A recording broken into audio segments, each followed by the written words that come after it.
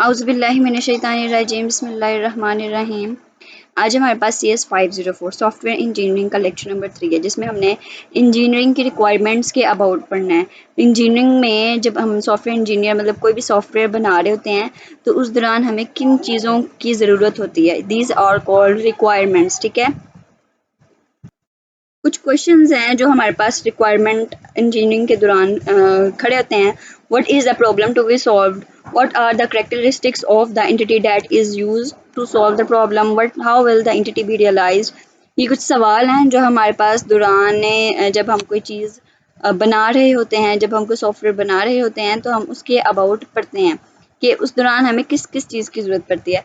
तो ये तमाम सवालात हैं, हमने इन्हीं के अकॉर्डिंग अपने जो इन रिक्वायरमेंट्स हैं उनको मद्देनज़र रखते हुए देनी होती हैं। What is the problem to be solve, कौन सी प्रॉब्लम सॉल्व होनी है। कैरेक्टरिस्टिक्स क्या हैं जो हम एंटिटी बीच में डालेंगे सॉल्व करने के लिए प्रॉब्लम की। How will entity be realized, entity को किस बुनियाद पे रखा जाएगा। How will the entity be constructed, entity वो जो एक चीज़ है एंटिटी है उसको किस तरह से बनाया जाएगा। What approach will be used to uncover errors that were made in the design and construction of the entity? How will the entity be supported over the long term when users of entity request correction, adaptation and enhancement? तो ये कुछ सवालात हैं जो हमारे पास requirement engineering के दौरान आते हैं। अब यहाँ पर हमारे पास 4 स्टेजेस हैं, किसके, सॉफ्टवेयर डेवलपमेंट के 4 होल स्टेजेस हैं। वो 4 स्टेजेस कौन कौन से हैं? पहला है विजन, दूसरा है डेफिनेशन, तीसरा है डेवलपमेंट और चौथा है मेंटेनेंस, मतलब VDDM। ये 4 हमारे पास 4 फेजेस हैं, किसके, सॉफ्टवेयर डेवलपमेंट के 4 फेजेस आते हैं। ठीक है, होल प्रोसेस में vision, definition, development and enhancement. अभी विजन हमारे पास क्या है? विजन जो है वो फोकस करता है कि हमें सिस्टम में क्या चाहिए, वाई सिस्टम में क्यों चाहिए और क्या चाहिए। ठीक है, vision phases the focus is on why do we want to have this system, हमें why do we want to have this system, हमें इस सिस्टम की क्यों ज़रूरत पेश आई है, हमें सिस्टम को क्यों चाहते हैं। अब फेज़ विजन को मद्देनज़र रखते हुए एक फेज़ की डेफिनेशन बनी। ठीक है, डेफिनेशन किसकी आई, डेफिनेशन आई है फेज़ की। ठीक है, definition phase the focus shift why to need why to what needs to be build to fulfil, कि हमने क्या हमें जो ऊपर हमने अपना सिस्टम बनाने के बारे में सोचा उसको हम फुलफिल किस तरह से करेंगे। ठीक है, डेवलपमेंट हमारे पास क्या है, डेवलपमेंट क्या है कि उस जो हमने सिस्टम सोचा है, जो हमने एक सिस्टम बनाने के अबाउट सोचा है, जो हमने सिस्टम बनाने के अबाउट सोचा है उसको किस तरह से बनाया जाए, उसमें से किस तरह से चेंजिंग की जाए, इसको किस तरह से खूबसूरत बनाया जाए और उसमें क्या क्या हम ऐसी चीज़ें करेंगे जो यूज़र इंटरफेस हो। ठीक है, फॉर एग्जांपल अगर आप घर के अबाउट सोचते हैं तो हमने कौन से कितना घर बनाना है, आपने 1 मरले का बनाना है, 2 मरले का बनाना है, 3 मरले का बनाना है, 4 मरले का बनाना है, कहाँ बनाना है आपने, और उस घर के लिए आपको कितने बेडरूम्स चाहिए, कितने वॉशरूम, कितने किचन, कितने floors.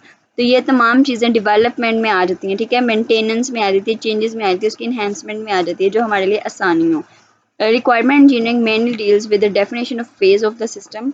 Requirement engineering is the name of process when the system, services and constraints are established। कि रिक्वायरमेंट इंजीनियरिंग हमारे पास स्टार्टिंग पॉइंट है किसका भला, डेवलपमेंट प्रोसेस का स्टार्टिंग पॉइंट है। रिक्वायरमेंट इंजीनियरिंग डेवलपमेंट का स्टार्टिंग प्रोसेस है, डेवलपमेंट प्रोसेस का स्टार्टिंग पॉइंट है। ये आपने याद रखना है, MCQs में पूछा जाता है कि रिक्वायरमेंट इंजीनियरिंग किसका स्टार्टिंग पॉइंट है, डेवलपमेंट प्रोसेस का है, जिसमें से किस चीज़ पर फोकस रखा जाता है कि हमें क्या चाहिए, ये नहीं क्यों, किस तरह से करना है, हमें क्या चाहिए। ठीक है, ओन व्हाट नॉट हाउ, किस तरह से करना है इस पर हमारा फोकस नहीं होता, क्या चाहिए हमारा इस पे फोकस होता है। ओके, उसके बाद हमारे पास आता है सॉफ्टवेयर रिक्वायरमेंट डेफिनेशन।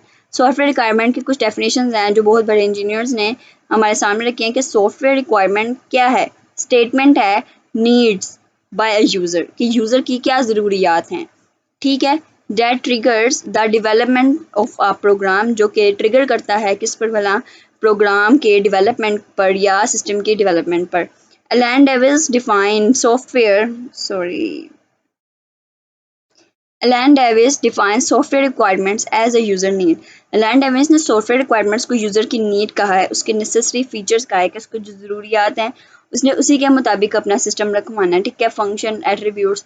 अब एक सिस्टम जो हम यूज़ कर रहे हैं ये एक स्टडी के लिए बनाया गया, ये आप डॉक्यूमेंटेशन के लिए बनाया गया कि आप ये जो सॉफ्टवेयर मैं भी यूज़ कर रही हूँ WPS, इस पर आप कुछ लिख सकते हैं, अपने फाइल्स को सेव कर सकते हैं, अपने डॉक्यूमेंट्स खोल के उन पर आप लिख सकते हैं, ठीक है। ये तमाम चीज़ें जो हैं वो एक सॉफ्टवेयर रिक्वायरमेंट, एक सॉफ्टवेयर बनाने वाले ने बना दी हैं, लेकिन पीछे से जिसने ये सॉफ्टवेयर बनाया है उसने अपनी रिक्वायरमेंट्स जो हैं वो मद्देनज़र रखी हैं, ठीक है, कि इस तरह से ये सॉफ्टवेयर बना होना चाहिए और यूज़र इंटरफेस जो है वो फ्रेंडली होना चाहिए कि हमारे यूज़र को आसानी से हर चीज़ समझ आए, ठीक है। According to IN Sommerville, requirements are specification of what should be implemented, कि क्या चीज़ इम्प्लीमेंट की जाए, किस चीज़ पर मतलब किस चीज़ की ज़रूरत रखी जाए, या किस चीज़ को किस चीज़ की ज़रूरत है हमें, या किस चीज़ को कहाँ पे रखना है, ठीक है।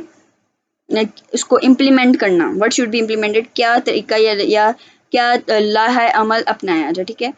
They are descriptions of how the system should behave, system किस तरह से बिहेव करेगा, सिस्टम के एट्रीब्यूट्स क्या होंगे, किस सिस्टम की क्या खसूसियात होंगी, ठीक है। They may be a constant on the development process of a system, ठीक है। उसके बाद आई हीट ने कुछ डेफिनेशंस को बताया सॉफ्टवेयर रिक्वायरमेंट के, अ कंडीशन और capability needed by a user to solve problem और achieve an objective, a condition or capability that must be met on possessed by a system or systems component to satisfy a contract, standard specification or other formally imposed document, a document representation of a condition or capability as in one or two। तो ये तमाम जो definitions हैं ये इनका मतलब एक ही है कि जो हमारे पास सॉफ्टवेयर रिक्वायरमेंट है वो व्हाट पर काम करता है, not how. These software requirement क्या है कि हमने अपने सिस्टम में किस चीज़ की ज़रूरत है, ठीक है, और हमें हमारा यूज़र इंटरफेस मतलब हमें हमारा सॉफ्टवेयर किस तरह से चाहिए, हमें हमारा प्रोग्राम किस तरह से चाहिए, वो किस तरह से बिहेव करे, ठीक है, उसके स्पेसिफिकेशंस क्या हों, उसकी डॉक्यूमेंटेशन किस तरह से हो, ठीक है। ये तमाम चीज़ें जो हैं वो रिक्वायरमेंट इंजीनियरिंग में आ जाती हैं। उसके बाद इंपॉर्टेंस ऑफ रिक्वायरमेंट क्या आ जाती है कि आपने जब कोई एक चीज़ बनानी है, ये हमारे पास ये इंपॉर्टेंट है, नीचे एग्जाम्पल दी गई है। Many of the problem encounted in, ये हमारे पास क्या software development are attributed to shortcoming requirement gathering and documentation process. We cannot imagine start building without being fully satisfied after viewing all the requirements and developing। यहाँ पर एक मिसाल दी जा रही है कि आप जब यहाँ पर एक घर बनाने जा रहे हो तो घर बनाने के लिए सबसे पहले आपने एक घर का नक्शा बनाना है। आप किसी इंजीनियर के पास जाते हैं, उसको कहते हैं कि मैंने अपना घर बनवाना है, तो वो पूछेगा आपने किस तरह से घर बनवाना है, तो आप बताएंगे उसको मैंने इतने 4 कमरे बनाने हैं, ऐसे हैं, इतना हो इतना हो। तो वो जो आपका इंजीनियर है ना वो आपका एक पूरा प्रोजेक्ट रेडी करेगा, आपके पेज पर एक पूरा हाउस बिल्ड करेगा कि आपने इस तरह से घर बनाना है। अब जब उसने वो नक्शा एक पेपर के ऊपर बनाया है, आप उस पेपर पर जो आप यहाँ पर अभी रिक्वायरमेंट्स बता रहे हैं, ठीक है, आप उस पर इम्प्लीमेंट करने से पहले जब आप रिक्वायरमेंट्स देते हैं ना, आपने अगर उन रिक्वायरमेंट्स में से कुछ चेंजिंग करवाने हैं तो आप उसी वक्त करवा लें, लेकिन जब उन रिक्वायरमेंट्स पर इम्प्लीमेंटेशन हो गई है देन आप पर कितनी कॉस्ट आएगी, वो बोएम ने 1981 में बताया था, ठीक है, कि अगर हम आफ्टर द डेवलपमेंट ऑफ हमारा जो सिस्टम है कि हम उसको डेवलपमेंट के बाद उसमें कुछ चेंजिंग लाएं तो उसकी कॉस्ट जो है वो 68 टाइम्स बढ़ जाती है। कि मतलब ये हमारे पास, ये हमने फर्स्ट लेक्चर में पढ़े थे कि ये कुछ हमारे पास स्टेप्स हैं, हमने इन स्टेप्स को लाइन वाइज रखना होता है। पहले हम अपनी रिक्वायरमेंट्स देखते हैं, फिर स्पेसिफिकेशंस देखते हैं, फिर डिज़ाइन करते हैं, फिर इम्प्लीमेंट करते हैं। पहले रिक्वायरमेंट्स देखते हैं जो हमें क्या क्या चाहिए, फिर स्पेसिफिकेशन देखते हैं कि उन रिक्वायरमेंट्स में कितनी अच्छाई है, कितनी बुराई है, फिर हम उसका डिज़ाइन देखते हैं, फिर उस पर हम इम्प्लीमेंट करते हैं, फिर उसकी इंटीग्रेशन, फिर हम मेंटेनेंस देखते हैं। तो ये तमाम चीज़ें जो हैं ये बहुत ही ज़रूरी हैं, ठीक है। अब वो कह रहा है कि जब आपने एक बना लिया है, एक अपना सिस्टम बना लिया, उस सिस्टम को बनाने के बाद अगर आपको सिस्टम में कोई ख़राबी लग रही है तो आप उसको दोबारा से बनाना चाहते हो, 68 टाइम्स मोर देन मतलब 68% ज़्यादा कॉस्ट आती है, ठीक है। उसके बाद other studies suggest that it can be as high 200 times, can नहीं 200 गुना ज़्यादा भी लगती है। Since cost is directly related to the success and failure of the project, cost जो है वो हमारे पास प्रोजेक्ट के सक्सेसफुल होने में, और जो फेलियर प्रोजेक्ट जाहिर सी बात है पैसे होंगे तो हमारा प्रोजेक्ट भी अच्छा बनेगा, ठीक है। और अगर हमारा जो प्रोजेक्ट कंप्लीट रेडी हो गया है और फिर हम कह रहे हैं कि नहीं इसमें ये खराबी है, इसको सही सही करें, यहाँ से सही करें, यहाँ से सही करें, तो कॉस्ट जो है वो हमारी डबल लगेगी ना, पहले भी हमने बनाने पे लगाई और दोबारा जब बनेगी उस पर भी ज़्यादा ही लगेगी। उसके बाद हमारे पास रोल ऑफ रिक्वायरमेंट्स आ जाते हैं कि रोल ऑफ रिक्वायरमेंट्स हमारे पास क्या है। रिक्वायरमेंट्स का हमारे जो क्या नाम है प्रोजेक्ट है उसमें क्या किरदार है कि रिक्वायरमेंट्स जो हैं हमारे पास डॉक्यूमेंटेशन है उसमें एक सेंट्रल रोल प्ले करता है कि जब तक हमारी रिक्वायरमेंट्स नहीं कंप्लीट होंगी तब तक हमारे पास जो प्रोजेक्ट है वो एक अच्छे तरीके से नहीं बनेगा।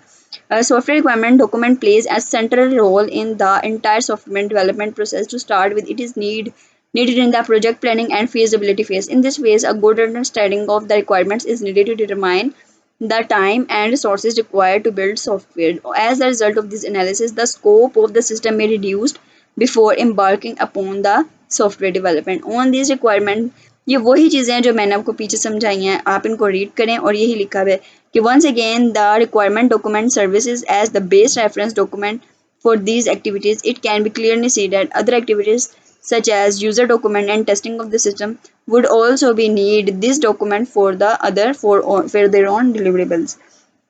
अब नीचे जो है वो हमारे पास एक ग्राफ है कि वो बता रहे हैं कि सॉफ्टवेयर रिक्वायरमेंट जो है वो किस किस मद्देनज़र से ज़रूरी है, किस किस चीज़ के लिए ज़रूरी है।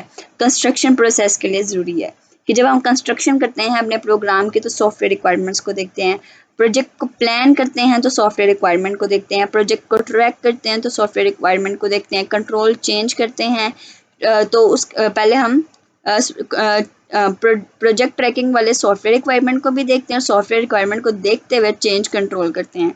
और या तो अगर हमें कंट्रोल को चेंज करना भी है तो आप अपने सॉफ्टवेयर रिक्वायरमेंट्स को देखते हुए करते हैं, सिस्टम को टेस्ट करते हैं, यूज़र की डॉक्यूमेंटेशन जो होती है उसके मुताबिक होती है। ठीक है, उसके बाद हमारे पास इस तरह से ये जो सिस्टम है सॉफ्टवेयर रिक्वायरमेंट्स जो हैं वो project planning, project tracking, control change मतलब change control, system testing, user documentation, construction process में बहुत ही अहम किरदार अदा करता है। ठीक है, तो ये हमारे पास लेक्चर नंबर थ्री था CS504 का। इंशाल्लाह मिलते हैं लेक्चर नंबर 4 में। लेक्चर पसंद आता है तो प्लीज़ लाइक कर दें और चैनल को सब्सक्राइब कर दें। मिलते हैं अगले लेक्चर में। अल्लाह हाफिज़।